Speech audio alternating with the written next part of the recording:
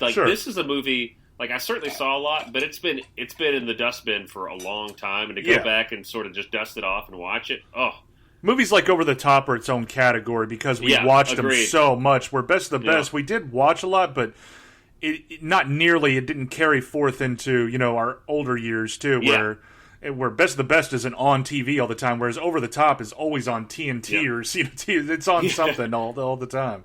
Another fun thing, just to go back real quick to Best of the Best 4, Chris Lemmon is in Best of the Best 4. Chris Lemmon is the son of Jack Lemmon. Yeah. And Chris Lemmon was also in a really bad movie with Hulk Hogan called Thunder in Paradise. That was also a series on TBS for a while, or TNT, one of the two. But they're really, really bad. So that's fun. So Marcus and I, of course, recommend this movie, and that was over the top. I mean, that was Best of the Best. Next one, let's talk about next week real quick, Marcus. Yeah, it's sure. Going to be, so we think this may have been our 20th.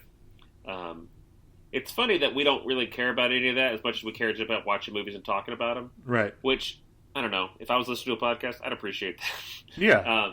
But we have a big one coming up because we spoke about it last time. We're doing a combo episode, a dual crossover, the same way Urkel ended up in Full House. We are doing a crossover episode with the Legends at Creep Street podcast, Maureen Bogey, Dylan Hackworth, the Creep Streeters themselves, who deal in the supernatural or the mysterious, where we deal in the action movies of badassness. There are a few movies that overlap in this, and maybe we'll do more. Movies like Army of Darkness, which has that action movie cult status and the supernatural. But we wanted to focus, like we said, on a bit more real-world, supernatural, scary stuff. And so we're doing The Crow. Exciting, man. I'm excited, yeah. Oh, my gosh. I, first of all, love this movie. I have such a history with it. We're going to be watching The Crow on a 2-disc collector's edition that I have, that I bought in 1998, and we're going to watch the special features. We may even watch director's commentary. I don't know. But this movie has it all. And it has the unfortunate tragedy that happened on set that caused people to think the Lee family's cursed, etc. We're going to let the Creep Streeters get to the bottom of that, and we're going to focus on the action and the making of this film, while the Creep Streeters are going to focus on the legends and the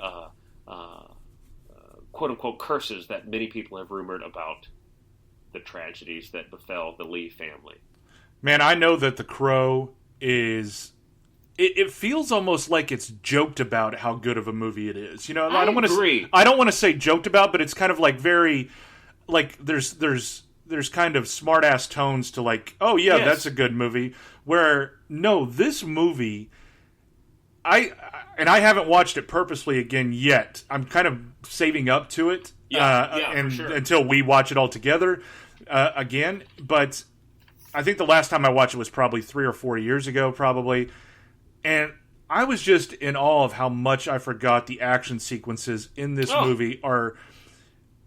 It feels like The Matrix groundbreaking when you watch it a little bit. Like, that's a great way to put it. Of course, not bullet time and that stuff, but when you see like the long shots of stuff happening and kind of into the slow-mo and the edits that it has, it is so streamlined and beautiful. And just like Brandon Lee's performance is just incredible. Acting is great, yeah. Rolling Stone loved it. The Tribune loved it. They call it the best movie of its kind since the original Batman, so that you got to think about that. This movie came out in, Marcus, take a guess. 92?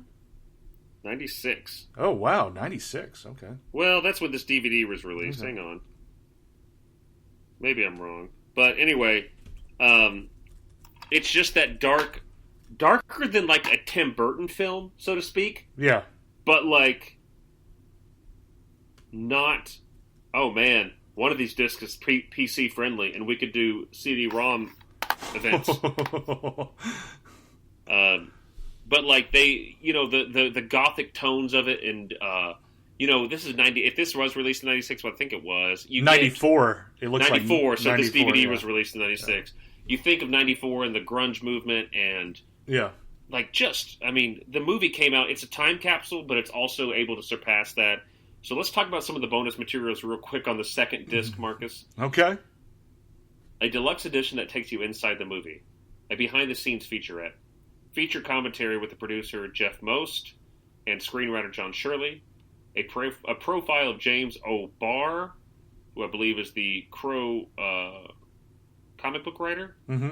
Extended scenes, deleted footage, original poster concepts, production design stills, storyboards, different language tracks, DVD-ROM features, Devil's Night Retribution trivia game, enhanced playback track, screenplay viewer, which I guess you can just scroll through screenplay. Nice. And how about this? For 96 DVD-ROM, they have web links.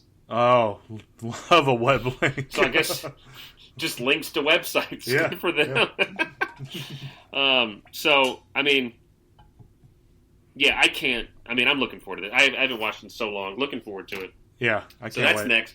It'll probably be released on both of our podcasts, and it's on Creep Street. Once again, check them out. They're all over the place. They're doing really well. And on Bullets, Bourbon, and Karate. And I guess with that, Marcus, you have anything left to say? I don't. Just go watch Best of the Best. It's on Netflix right now. Mm-hmm. Don't have to rent or anything. Check it out. And it's considered popular on Netflix it right is, now, which I thought was nice. Yeah. Good for them. Thank you so much for listening, and we'll see you next week on Bullets, Bourbon, and Karate. Good. Tommy, no.